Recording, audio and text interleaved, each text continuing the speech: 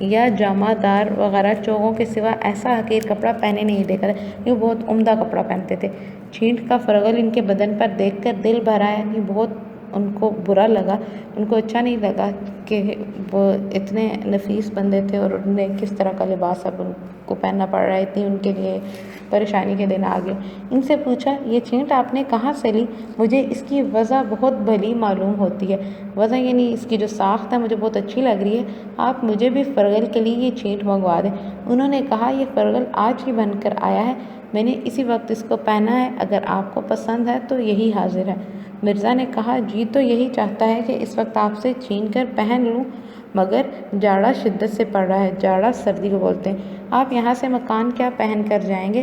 پھر ادھر ادھر دیکھ کر کھونٹی پر سے اپنا مالیدہ کا نیا چوغا اتار کر انہیں پہنایا اور اس خوبصورتی کے ساتھ وہ چوغا ان کی نظر کیا، یعنی کہ انہوں نے اپنے دوست کو شرمندہ کیے بغیر کی مدد بھی کی اور ان کو تکلیف بھی نہیں پہنچائی۔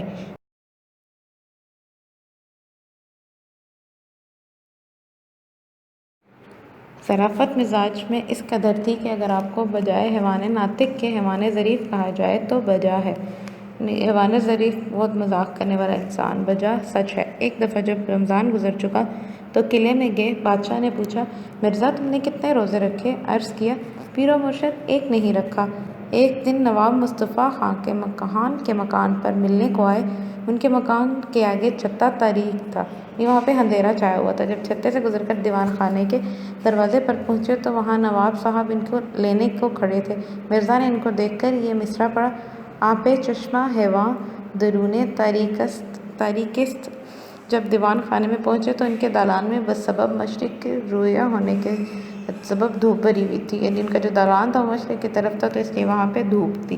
مرزا نے وہاں پر مصرع پڑھا، ای ہانا ہوا آفتاب اس، یعنی آپ ایک جگہ جو ہے وہ اندھیرا ہے اور دوسری طرف روشنی پھیلی ہوئی ہے۔ ایک صحبت میں مرزا میر تقی میر کی تعریف کر رہے تھے۔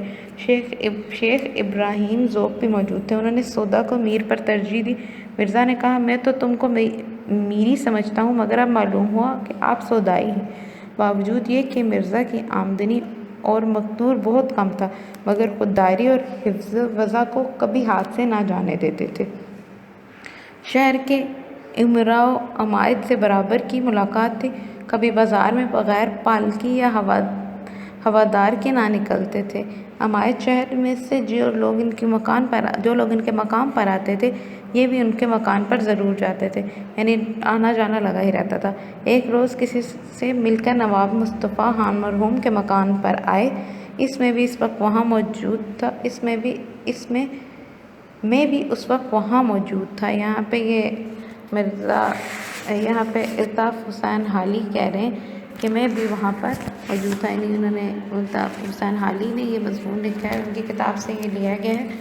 تو وہ کہہ رہے ہیں کہ میں بھی اس وقت وہاں پر موجود تھا۔ آپ مکان سے سیدھے یہیں آئے ہیں یا کہیں اور بھی جانا ہوا؟ مرزا صاحب نے کہا، مجھ کو فلاں صاحب کا ایک آنا دینا تھا، اول وہاں گیا تھا، وہاں سے یہاں آیا ہوں۔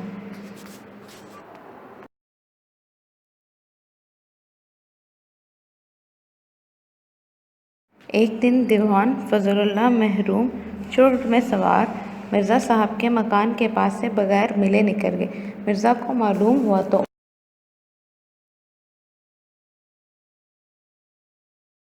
انہوں نے ایک رکا دیوان جی کو لکھا، رکا خط، مضمون یہ کہ آج مجھ کو اس قدر ندامت ہوئی کہ شرم کے مارے زمین میں گڑا جاتا ہوں۔ ندامت، شرمندگی، اس سے زیادہ اور کیا نالائکی ہو سکتی ہے کہ آپ کبھی نہ کبھی تو اس طرف سے گزریں اور میں سلام کو حاضر نہ ہوں۔ جب یہ دیوان جی کے پاس پہنچا تو نہایت شرمندہ ہوئے اور اسی وقت گاڑی میں سوار ہو کر مرزا صاحب سے ملنے آئے۔ یہاں پہ شرم کے مارے زمین میں گڑا جانا یہ محاورہ استعمال ہو رہا ہے، ضرب المثل ہے کہ بہت زیادہ شرمندہ ہونا۔ فواقہ میں فواقہ پھلوں کو بولا جاتا ہے۔ آم ان کو بہت مرغوب تھا، مرغوب پسند۔ آموں کی فصل میں ان کے دوست دور دور سے ان کے لیے عمدہ آم بھیجتے تھے اور وہ خود اپنے بعض دوستوں سے تقاضا کر کے آم منگواتے تھے، تقاضا کر کے، فرمائش کر کے۔ ایک روز مرحوم بہادر شاہ آموں کے موسم میں چند مصاحبوں کے ساتھ، جن میں مرزا بھی تھے، حیات بخش یا مہتاب باغ میں ٹہل رہے تھے۔ آم کے پیڑ رنگ برنگ کے آموں سے لد رہے تھے، ابھی آم پک رہے تھے، لگے ہوئے تھے۔ یہاں کا آم بادشاہ یا سلاطین یا بیگمات کے سوا کسی کو میسر نہیں آ سکتا تھا، نہیں اس کو صرف جو ہے نا وہ عمرہ کے لیے ہی رکھا گیا تھا۔ مرزا بار بار آموں کی طرف دیکھتے تھے۔ بادشاہ نے پوچھا، مرزا اس قدر غور سے کیا دیکھتے ہو؟ مرزا نے ہاتھ باندھ کر عرض کیا، اس کو دیکھتا ہوں کہ کسی دانے پر میرا اور میرے باپ دادا کا نام بھی لکھا ہے یا نہیں۔ بادشاہ مسکرائے اور اسی روز ایک مہنگی عمدہ آموں کی مرزا ایک مہنگی یعنی ٹوکری عمدہ آموں کی مرزا کو بھجوائی۔ مرزا کی نیت آموں سے کسی طرح سیر نہ ہوتی تھی، سیر نہ ہونا بھرتی نہیں تھی، ان کو آم بہت زیادہ پسند تھے۔ اہل شہر تحفتاً بھیجتے تھے، خود بازار سے منگواتے تھے، باہر سے دور دور کا آم بطور سوغات کے آتا تھا، مگر حضرت کا جی نہیں بھرتا تھا۔ نواب مصطفیٰ خان مرحوم ناقل تھے کہ ایک صحبت میں مولانا فضل حق اور دیگر احباب موجود تھے اور آم کی نسبت ہر ایک شخص اپنی اپنی رائے بیان کر رہا تھا کہ اس میں کیا کیا خوبیاں ہونی چاہیے۔ جب سب لوگ اپنی اپنی کہہ چکے تو مولانا فضل حق نے مرزا سے کہا، تم بھی اپنی رائے بیان کرو۔ مرزا نے کہا، بھئی میرے نزدیک تو آم میں صرف 2 باتیں ہونی چاہیے، میٹھا ہو اور بہت ہو۔ سب حاضرین ہنس پڑے، یہ آم ان کو کتنا مرغوب ہے۔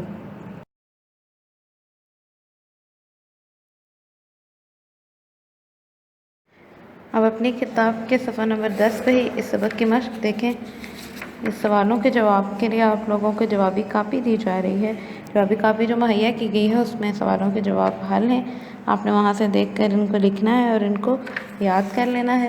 اسی طرح سے جو کتاب کی مشق ہے، محاورات اور جملے ہیں، جملوں کو مکمل کرنا، درست جواب کا انتخاب اور کالم مذکر مؤنث وغیرہ، یہ تمام مشق آپ لوگوں کو جوابی کاپی پر مہیا کی جا رہی ہے۔ آپ نے وہاں سے دیکھ کے اس کو حل کرنا ہے اور اس کو اچھے طریقے سے یاد بھی کر لینا ہے۔